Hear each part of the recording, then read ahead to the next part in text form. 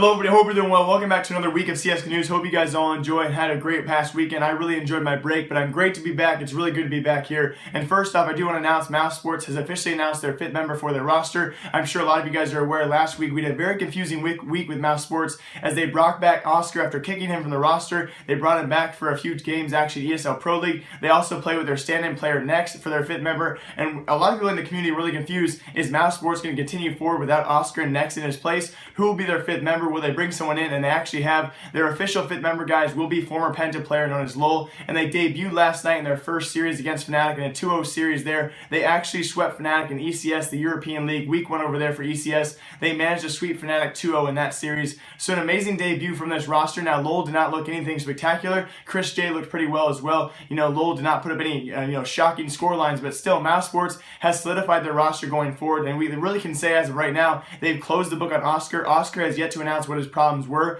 but as of right now, guys, Mouz Sports has solidified their 5th member with Lol from Penta Esports. Totally kidding. Oskar literally just announced a statement on Facebook this morning, guys, of why he left Mouz Sports. It actually not left Mouz Sports with their active roster as of right now, and it came down to the word depression being used. He really does not feel like he's actually in the game to be played. I'm going to link you guys all to his Facebook post down below. He actually translated it all into English and actually had a very long post for all of you. But the main thing here is, guys, he mentally does not feel he can focus on the game as of right now. He actually has confirmed this post as well. None of his family members died. They all approved of his decision as of right now. And it was actually after the Gfinity venue where he first thought to himself he cannot play, 12 hours a day, 6 days a week. And he's just not into it the same way he was when he was 20 years old or when he first started playing. And he knows now that it might not be the right place or the right time for him to be playing CSGO. So this is an official announcement this morning, guys. As of right now, pretty fresh news. I'm going to link you guys all down below to that post if you are really interested as to why Mouz Sports Oskar will not be playing with the team. He will be staying on contract or at least on the inactive roster for the team until 2017 or sometime in 2017 if they want to take him back.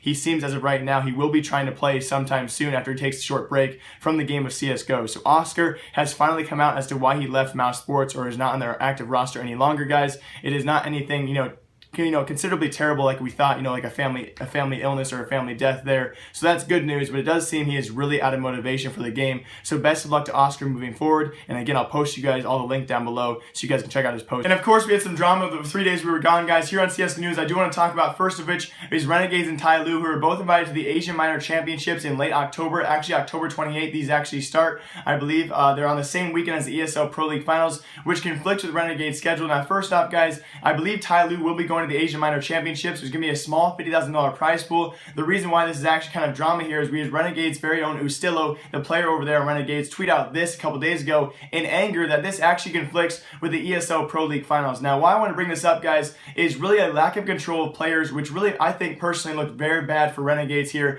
as Ustillo tweet out this and bashing the tournament organizers for not being able to actually organize these events around Renegades' conflicting schedule. And what I first want to say is why I'm angry about this, guys, is these teams know there's going to be conflicts eventually. CSGO is a game where there are minors, qualifiers, tournaments, LANs. Every single weekend, you need to expect conflicts like this. There is no reason to take to Twitter against this. I also want to touch on the fact that, guys, Renegades is one of the few teams, if not the only team in the world, that classifies as an Asian/Oceanic team, but also plays in the North American ESL Pro League, which again is part of the reason why this conflicts with their schedule. So one of those few teams out there who spans across several regions, they need to expect conflicts like this. And I really thought it was very kind of immature of Ustillo to tweet out this out and Renegades not to catch this and say, hey, take that down right away, because I think it's a really useless complaint here, guys, as they will have to decide. Also, on top of this, Renegades has not even qualified for ESL Pro League Finals yet. I think it'll be really kind of a coincidence and ironic that Renegades does not end up qualifying for that, and instead they actually go to the Asian Minor Championships instead because, hey, you didn't qualify in the first place, which would mean there's really no reason to complain. So if Renegades does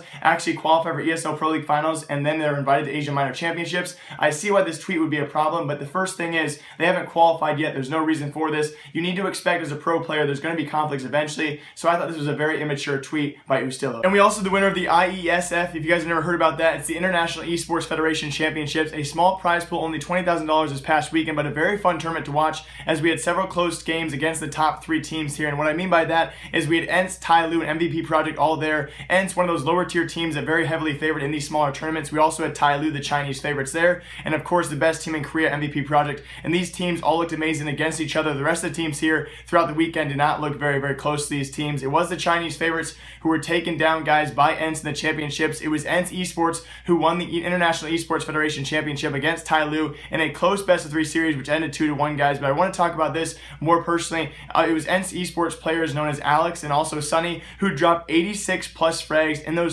that three-game series to win this series for Ence Esports. Those guys looked absolutely amazing. I also want to talk about, though, throughout this entire tournament, we had notable performances by all three of these teams, and what I mean by that is Tyloo, Ence, and also it was MVP Project, who lost a total of 4 maps across the entire tournament combined as these three teams. Ence Esports, the team who actually took it, only lost 1 map the entire tournament, and all 4 of those maps these teams actually lost the entire tournament were all to each other. So a really incredible performance by all of these, and the rest of the teams were really nowhere close to these guys' level. But it was Ence who won the entire tournament and the $10,000 prize, so congrats to them. They're looking pretty good. In a tournament that I've been hyping up for the past month or so on CSGO News, guys, the World Championships also concluded this past weekend, and I had such a fun time watching this. As many of you know, I was on the road this past weekend. I could only tune in for a few of these games, only a handful of them, but ever since the semifinals onwards, all of these games were extremely close. I believe every series after the quarterfinals actually went to a map 3, so it was pretty cool to watch, and all these games were extremely close. We also had some upsets before the semifinals and onwards, guys. In the quarterfinals, it was Team Canada, one of the favorite teams here, as they replaced Team America, had a lot of good players on that team, and were looking pretty well in preliminary rounds.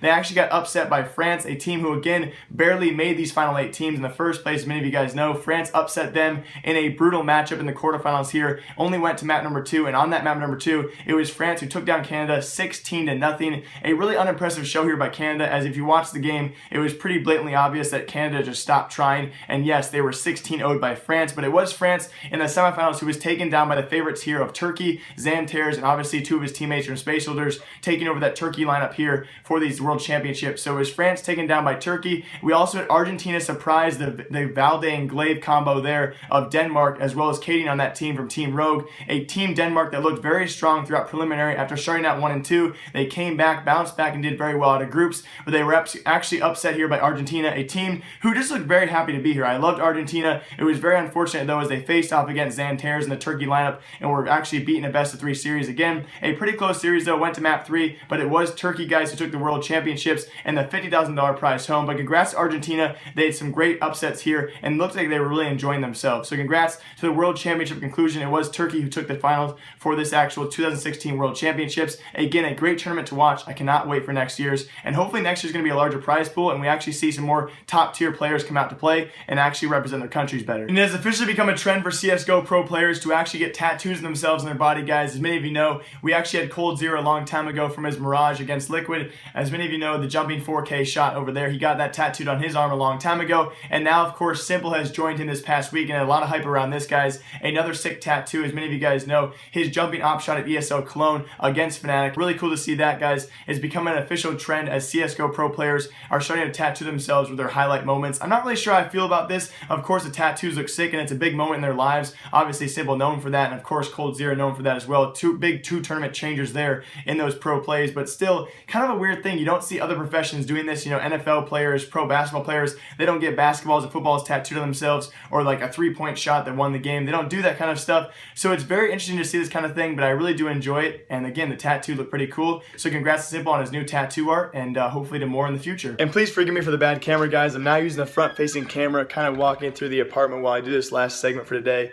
which will be covering a possible return from CSGO Wild's previous owner, Zach and Gagey, in a new website called CSGO Ninja. Now, this website started their promotion, or their launch promotion, a couple days ago, so it does seem as of right now that Zach and Gagey could possibly be returning with CSGO Wild not being theirs anymore. They're returning with this new website called CSGO Ninja, which does seem like a pretty clever idea, but it's going to be very curious in the future to see what actual, is FaZe Clan going to promote this, who's going to promote this as a YouTuber, and if this is actually going to be their website, because I did notice on the CSGO Wild account, they retweeted the launch giveaway for CSGO Ninja. So as of right now, it's the unofficial return. Going to be very curious to see in the future who promotes this kind of website, whether it will be FaZe Clan members or old CSGO Wild promoters such as McSkillet, especially because McSkillet McSkillet actually made that video about Drake Moon a couple days ago, it seems like McSkillet will not be taking any promotions for a long time from gambling websites because of that. And I do want to quickly shout out, guys, McSkillet's video. If you guys did not see that, apparently it's been rumored, allegedly, that he turned down $75,000 from Drake Moon.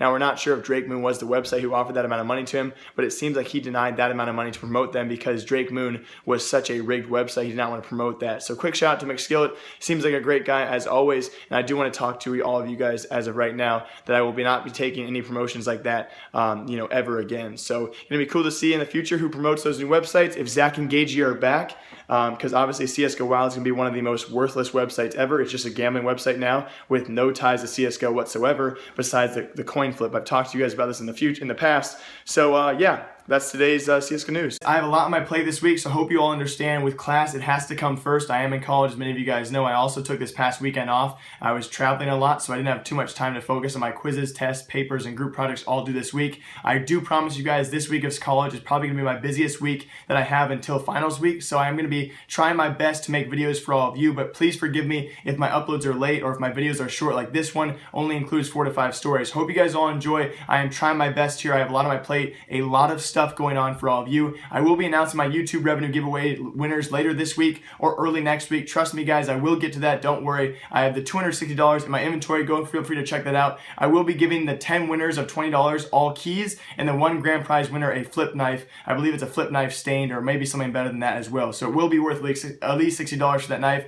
So that YouTube revenue giveaway winners, guys, will be announced late this week or early next week. Please give me time on that. I have yet to look even at any of the comments there. So again, a lot of stuff going on, but I hope you guys all enjoy this episode of CSGO News. It is great to be back. Hope you all enjoy. Live, love, laugh a lot. My name is Jake. Remember, I like you. I'll see y'all next time. Remember, I like you. Goodbye.